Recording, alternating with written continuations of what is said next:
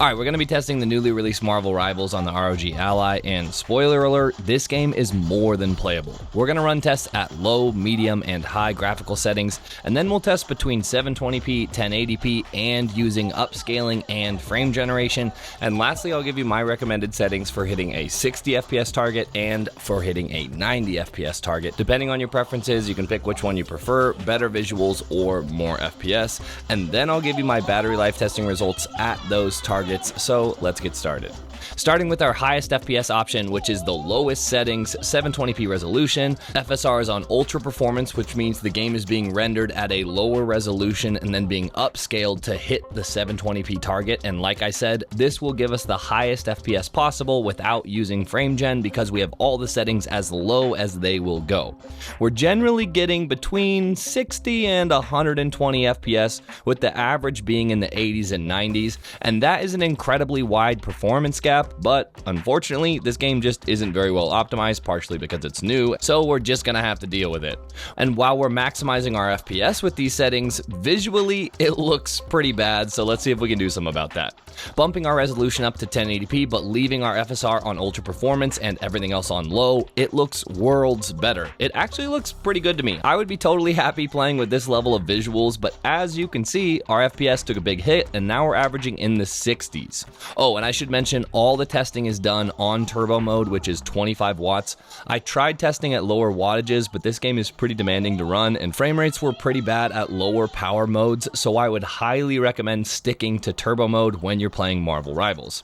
Oh, and pro tip, you do get slightly more performance if you plug the ROG Ally X in. It'll bump the turbo mode wattage from 25 watts to 30 watts. The performance difference isn't huge, but there is a slight difference, so if you really are looking to squeeze every drop of performance out of your Ally X, plug it in. Real quick, only about 1% of you are subscribed, and if a few more percent subscribed, I'd be able to make more videos and get more tech. So if you appreciate these videos, please consider subscribing. It's free for you, and it really helps out the channel. Anyways, if we bump the graphics up to the medium default and FSR to balanced, visually things look so much better, and now that I've seen it on medium, personally, I don't want to go back to low. The problem being, now our FPS is generally hanging out in the high 30s and low 40s, which is playable, but for a game like this on a handheld, I really prefer at least 60 FPS when it's possible, and I'll show you my settings for getting an almost locked 60 FPS while still getting good visuals in a second. But let's just look at our FPS on the high default, and it is not good.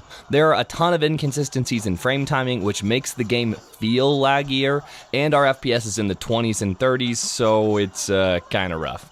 But if we keep all those settings and then turn on frame gen, now our FPS is in the 40s, and because our FPS looks pretty solid, this is how a bunch of gaming publications and shitty game studios will tell you to play. But what they don't tell you is when you use frame gen and you have lower frame rates, like we're talking in the 20s and 30s, the input lag gets really bad, and it is not an enjoyable gaming experience, even though by the metrics, by the numbers, it looks like it should be because we're gaming on all high settings and we have high FPS. And it drives me fucking bonkers that some, and I want to be clear, I'm saying some, not all, developers and studios will recommend settings like this because then you can run the game at high settings and high frame rates, but the gameplay is so much worse, especially with twitchy shooter games like this one. In my personal opinion, if the native frame rates are 30 FPS or below, frame gen is going to introduce too much input lag for it to be useful. Anyway, now let's get into my recommended settings for hitting 60 FPS and looking as good as possible. Feel free to pause the video and copy my settings, but what we're going to do is set the resolution to 1080p, FSR to balanced, turn on frame gen, and change the graphics to the medium default, but then turn the lighting down to SSGI low quality. I found that turning the lighting down had a huge impact on performance, so I would highly recommend doing that if you want more frame rates. And with these custom settings, we're generally getting between 60 and 70 FPS with dips into the high 50s. If you wanted to increase your FPS even more, you could change the FSR to performance or ultra performance, and then you could really lock in that 60 FPS and call it a day. For our 100 FPS target, we're going to use the same settings, but just drop the resolution down to 720p.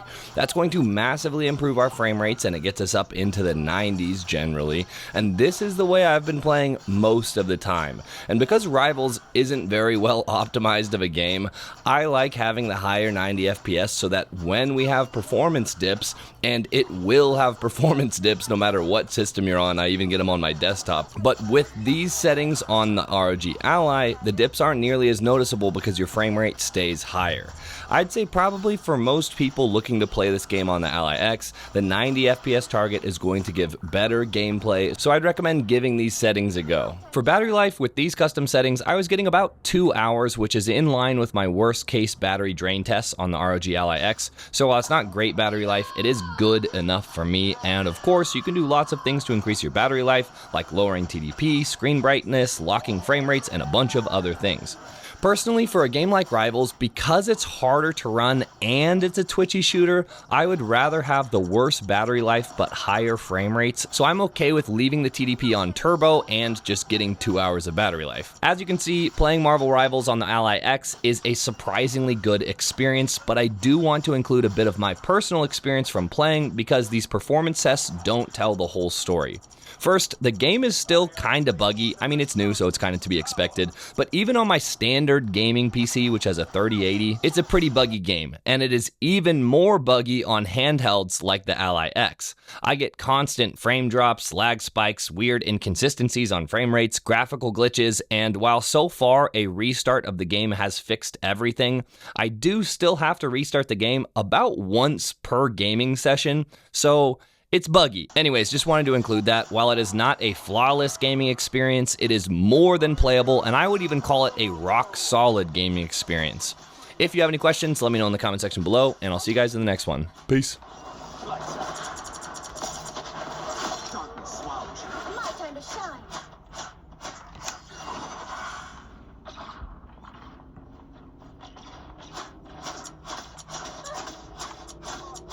Control lost.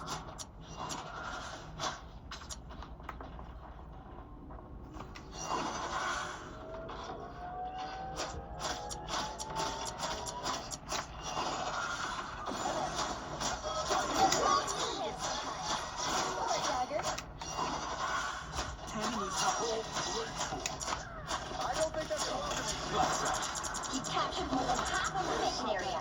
Keep going.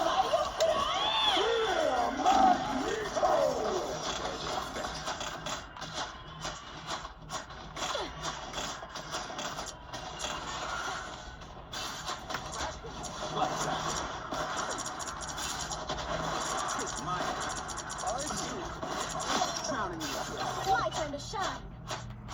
Everybody full of life.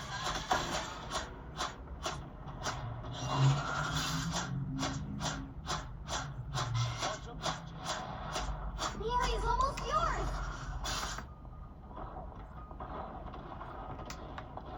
You get a weapon, you get a weapon, you get a weapon.